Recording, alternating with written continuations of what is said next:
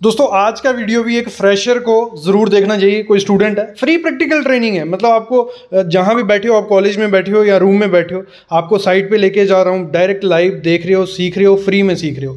तो आज की वीडियो में हम सीखेंगे, आपने बहुत वीडियो देखे होंगी कि जो सीमेंट मोटार होता है उसकी कैलकुलेशन करते हैं कि ब्रिक वर्क के लिए कितना रेती लगेगी, कितना सीमेंट लगेगा, कितना सैंड लगेगी।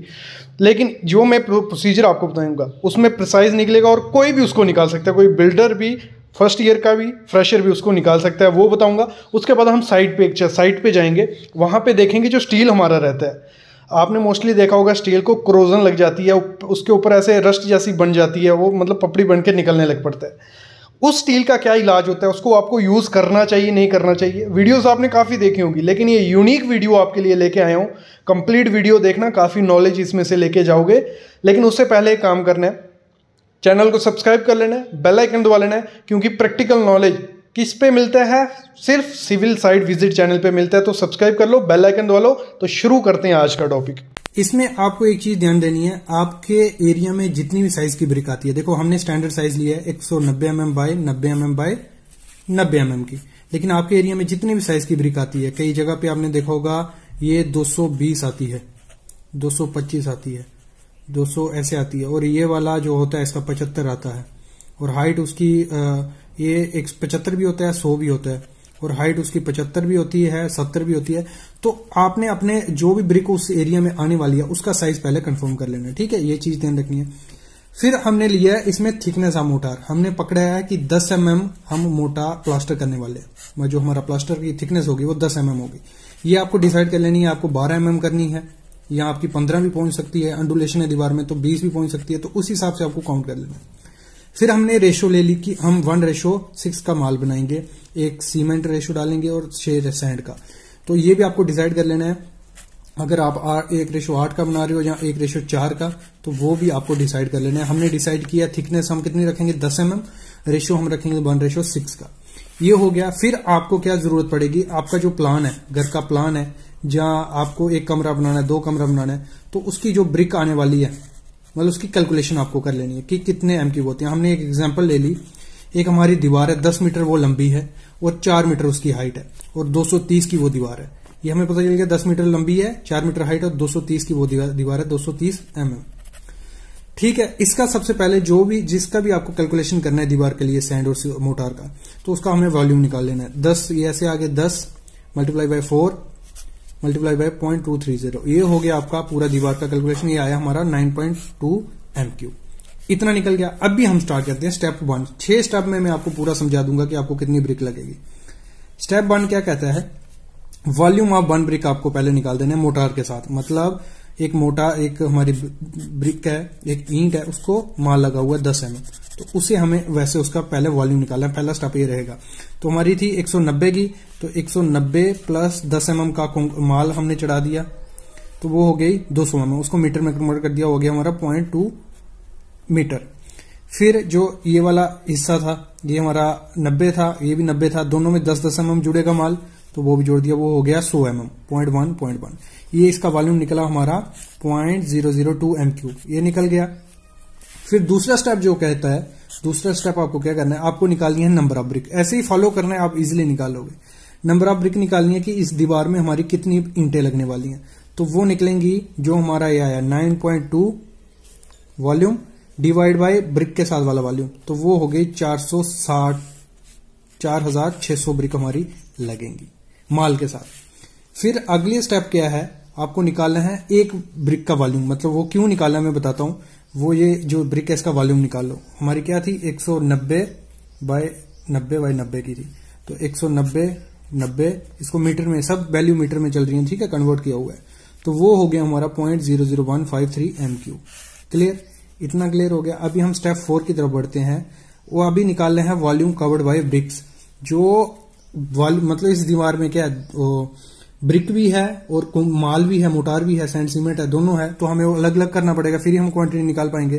तो अभी क्या करना है, जो हमारी ब्रिक आई है 4600 ब्रिक आई है माल के साथ, उसको हमने मल्टीप्लाई कर देना है ऐसे ब्रिक के साथ, मतलब जिसमें माल नहीं लगा, तो वो आ जाएगा हमारा, वो आया हमारा 7.038 क्लियर। अभी हमें निकालना है वॉल्यूम ऑफ मोटार। मोटार का वॉल्यूम कैसे निकल जाएगा, देखो हमने एक ब्रिक ले ली जिसका वॉल्यूम बिना माल वाला है और जो वॉल्यूम कवर्ड किया उसने उसको मल्टीप्लाई कर दिया, ये आ गया। अभी हमें निकालना है जो हमारा टोटल वॉल्यूम आया था 9.2 वो लिख देना है, उसको माइनस कर देना है जो बिना वॉल्यूम कवर्ड किया किसने, ब्रिक ने, तो वो माइनस कर देंगे तो हमें मिल जाएगा कि हमारा इतना वॉल्यूम है मोटार का 2.162 m3। लेकिन ये याद रखना ये वेट में है, तो वेट में क्या होता है, वेट और ड्राई का एक फंडा समझा दूं। जो चीज हमारी वेट होती है, अगर हम एक सीमेंट लेते हैं उसको एक गिलास में भरते हैं, सूखा सीमेंट, तो जब उसको फुल कर देंगे सूखे सीमेंट को, लेकिन जब हम उसमें पानी डालेंगे तो उसका वॉल्यूम डिक्रीज हो जाएगा। और कितना डिक्रीज होता है, वो 33% डिक्रीज हो जाता है। तो वही है, हमें वेट मिल गया तो हमारा सीमेंट मार्केट में ड्राई आता है, तो हमें ड्राई के हिसाब से करने के लिए क्या करना है, जो भी आपकी वैल्यू आई है स्टेप 5 में 2.162 उसको मल्टीप्लाई कर देना है 1.3 से, मतलब 33% से आपको मल्टीप्लाई कर देना है, तो हमें मिल जाएगा 2.87 हमारा ड्राई वॉल्यूम है। काफी लोग गलती करते हैं कि इससे ही क्वांटिटी निकालते हैं और वो क्वांटिटी कम निकलती है, तो आपको ये मिल गया वॉल्यूम। अभी स्टेप 6 है जिसमें कंप्लीट हो जाएगा हमारा। अभी स्टेप 6 है तो सीमेंट की क्वांटिटी कितनी आएगी, कैसे निकालेंगे। जो हमारा ये आया स्टेप 5 में 2.7 m3 ड्राई वॉल्यूम उसको लिखना है। फिर आपको 1:6 का माल हमारा बन रहा है, इसमें ध्यान देना यही काम आएगा, वो 1:6 1:8। तो सीमेंट ये 1 हमारा सीमेंट होता है, 6 सैंड होता है, 2.87 ये लिख दिया। फिर आपको लिखना है 1 और डिवाइड किससे किया 7, 7 कहां से आया 1 + 6 हो गया हमारा 7। और अगर 1.8 होता है 1 + 8 9, अगर 1.8 की रेशो होती है तो यहाँ 9 आता। तो हमने लिख दिया 1/7 और ये हमें उसके डेंसिटी जो क्या होती है सीमेंट की डेंसिटी, तो हमारा ये 1400 kg पर m3 उसकी डेंसिटी होती है सीमेंट की, तो उससे मल्टीप्लाई कर दिया तो वो आ गया हमारा 590.4 590.4 आ गया। लेकिन हमारा सीमेंट का बैग किस में आता है 50 kg के बैग में, तो हम 50 से डिवाइड कर देंगे, तो 590.4 डिवाइड बाय 50 तो हमारा हो गया 11.8 बैग हमें उस दीवार को ब्रिक वर्क करने में लगेंगे। कितने अप्रोक्स 12 बैग सीमेंट हमें उसके लिए लगेंगे।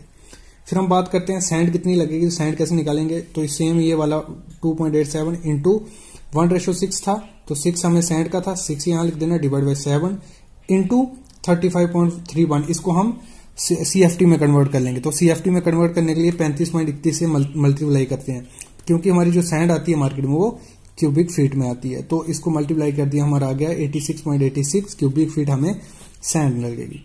मतलब ये सिंपल प्रोसेस था। चलो अभी थ्योरेटिकल पढ़ के सब थक गए होंगे कि सर ने थ्योरेटिकली बता दिया, साइट पे विजिट करवाने वाले थे। चलो हम साइट पे पहुंच गए, अभी साइट पे देखते हैं कि साइट पे क्या क्या चीज़ें सीखोगे। बीम की सामने बीम देखो बांधे हुए हैं, स्लैब है। पहले क्या होता है मैं थोड़ा बेसिक बता दूं, बीम जो होते हैं हमारे बड़े बड़े बीम होते हैं, शटरिंग हो जाती है, उनको ऊपर बांध दिया जाता है और फिर उसको डाउन किया जाता है। और कई दौरान कभी कभी डिले हो जाता है कंस्ट्रक्शन में, और आपके जो बार हैं सामने आप देख रहे हो बिल्कुल ऐसे काले से पड़ गए हैं, करोजन लग गई है। तो इनको यूज़ करना चाहिए नहीं करना चाहिए, और भी एक फ्रेशर को क्या क्या चीज़ें इसमें से पता होनी चाहिए, या एक अच्छे साइट इंजीनियर को वो चीज़ें मैं बात करूंगा। तो अभी हम इसके थोड़ा देख लेते हैं। देखो ये सामने जो बार आप देख रहे हो इसमें रस्ट तो लग चुकी है। अगर मैं आपको दिखाऊं, ऐसे नहीं दिख रहा होगा हाथ पे, तो ये देखो अगर हाथ में ऐसे करके रस्ट हो रही है तो मतलब रस्ट हो रही है। ये होता क्या है, जो हमारा स्टील बनता है, आयरन बनता है, वो जो स्टील रहता है ये आयरन से ही हमारा एक इसमें कंपोनेंट आयरन भी रहता है, और आयरन की जब ऑक्सीडेशन होती है तो उसी से रस्टिंग करोजन स्टार्ट हो जाती है। तो यहाँ भी वही हो रहा है, मतलब जैसे ही हमारा ये स्टील पानी और हवा के कांटेक्ट में आएगा तो इसमें रस्टिंग स्टार्ट हो जाती है। और इसमें रस्टिंग कब तक एक्सेप्टेबल होती है, अगर मैं बात करूँ एक्सेप्टेंस की, तो अगर ये रिव्स जो देख रहे हो आप, अगर ये रिब्स ज़्यादा नहीं निकली हैं, मतलब प्लेन बार तो नहीं बन गया, ये चीज़ चेक करनी है। रस्टिंग की अगर एक थोड़ी बहुत लेयर बनती है तो कोई ज़्यादा दिक्कत नहीं है उसमें, रस्टिंग की लेयर एक्सेप्टेबल होती है कुछ हद तक, क्योंकि अगर एक बार लेयर बन गई तो उसका थोड़ा ऑक्सीडेशन का प्रोसेस जो होता है वो स्लो हो जाता है। और अगर एक दिक्कत इसमें क्या आती है, दिक्कत ये आती है जब आप इसमें कंक्रीट करोगे, जब रस्टिंग हो गई होगी, एक मतलब लेयर बन गई होगी, तो उसमें कंक्रीट की बॉन्ड नहीं अच्छे से बनती, तो उसमें बॉन्ड कम बनेगी तो वो स्ट्रक्चर थोड़ा वीक हो जाता है। तो हमेशा आपको जब क्या करना है, जब आप अप्लाई करो, मतलब कंक्रीट करने वाले हो, अभी तो रस्ट लग चुकी है, जैसे मैंने कहा साइड बंद थी या ऐसे भी मॉइस्चर के कॉन्टेक्ट में रहता है, तो आपको जब भी यूज़ करना है तो एक तो स्टील ब्रश से उसको साफ कर लेना है, थोड़ा बहुत उसको स्टील ब्रश मार देने। अगर रस्टिंग थोड़ी बहुत रस्टिंग है तो एक्सेप्टेबल है, कोई इशू नहीं, क्योंकि IS कोड भी ये कहता है अगर रस्टिंग थोड़ी बहुत है तो वो एक्सेप्टेबल है, कोई नहीं, उसमें कोई इशू नहीं है। लेकिन अगर वो ज़्यादा हो गई है तो वो इशू है, उसको आपको सॉल्व करना पड़ेगा अच्छे से। केमिकल जो आते हैं वो महंगे पड़ते हैं, लेकिन केमिकल से स्टील को साफ करके फिर उसमें कंक्रीट करना है। एक ये बात हो गई। दूसरी, अगर हम एक किसी चीज को रस्टिंग से बचाने में, क्रोजन पे बाद में आऊंगा क्योंकि क्रोजन इससे भी ज्यादा खतरनाक चीज है। अगर किसी चीज को हमें रस्टिंग से बचाना है तो उसमें एपॉक्सी कोटिंग कर लो, महंगी पड़ती है लेकिन एपॉक्सी कोटिंग हो गई। या सबसे सस्ते में करना है तो सीमेंट का एक लेयर मार लो, मतलब 1:3 का माल बना के उसको पेंट जैसा कर लो बार को। जब बाद में फ्यूचर में यूज करोगे उसको तो उसको अच्छे से स्टील ब्रश से साफ कर लेना। जहाँ पेंट भी कर सकते हो, वो ये कुछ ऑप्शन रहते हैं स्टील को बचाने के लिए। लेकिन अगर क्रोजन हो गई बार में, तो क्रोजन क्या होगी, क्रोजन का ये फंडा है, जैसे ये हम इसको पकड़ेंगे तो ये हमारे हाथ में लग रहा है, लेकिन जब हम क्रोजन को यूज करेंगे, पकड़ेंगे, तो वो एक पपड़ी जैसे निकल के बनने लगती है, तो वो स्टील अच्छा नहीं है, उसकी लाइफ डिक्रीज हो गई है, उसकी स्ट्रेंथ कम हो गई है, तो उसको हम सही से यूज नहीं कर सकते। ये आपको हमेशा ध्यान देना है। अभी हम बात करते हैं कि स्टील को कैसे चेक करें कि उसको क्रोजन हुई है, रस्ट हुई है, नहीं हुई है, वो सेफ है नहीं। तो उसके लिए क्या करना है, आप काफ़ी टेस्ट कर सकते हो, टेंसाइल टेस्ट कर सकते हो। 1 मीटर का सरिया काट लो, एक सैंपल उठा लो, उसका वेट करो और स्टैंडर्ड वेट चेक करो IS कोड से, क्या कितना डिफरेंस आ रहा है। या उसका आप रस्ट टेस्ट कर सकते हो, काफ़ी टेस्ट होते हैं, उससे आप आइडिया लगा सकते हो कि स्टील यूज़ करने लायक है कि नहीं, या वो बिल्कुल बर्बाद हो चुका है। तो ये इसमें से ये निकल के आता है कि या तो आप पॉसिबल एपॉक्सी स्टील जो कोटिंग की होती है वो काफ़ी महंगा पड़ता है, आपने देखा भी होगा, ब्लू कलर का स्टील बार दिखा होगा आपको, तो उसमें एपॉक्सी कोटिंग की रहती है, वो काफ़ी कॉस्टली होता है, लेकिन वो सेफ रहता है। इस केसेस में अगर आपको लगता है कि आपकी साइट कंटिन्यू नहीं चलेगी, कोई थोड़े टाइम तक बंद रहेगी, 1-1.5 साल, तो उस पीरियड में आपको ये चीज़ ध्यान रखनी है, नहीं तो वो काफ़ी ज़्यादा रिस्की हो जाएगा। अगर बाई चांस फ्यूचर में यहाँ एपॉक्सी कोटिंग होती है तो मैं आपको वो वीडियो भी लाऊंगा, लेकिन ये चीज़ था, रस्टिंग और क्रोजन का आइडिया लग गया आपको, और क्या क्या चीज़ें ध्यान देनी है आपको यूज़ करने से पहले। तो आई होप आपको समझ आ गया होगा। तो प्लीज़ चैनल को सब्सक्राइब करके रखना और बेल आइकन जरूर दबा लेना। Thank you guys.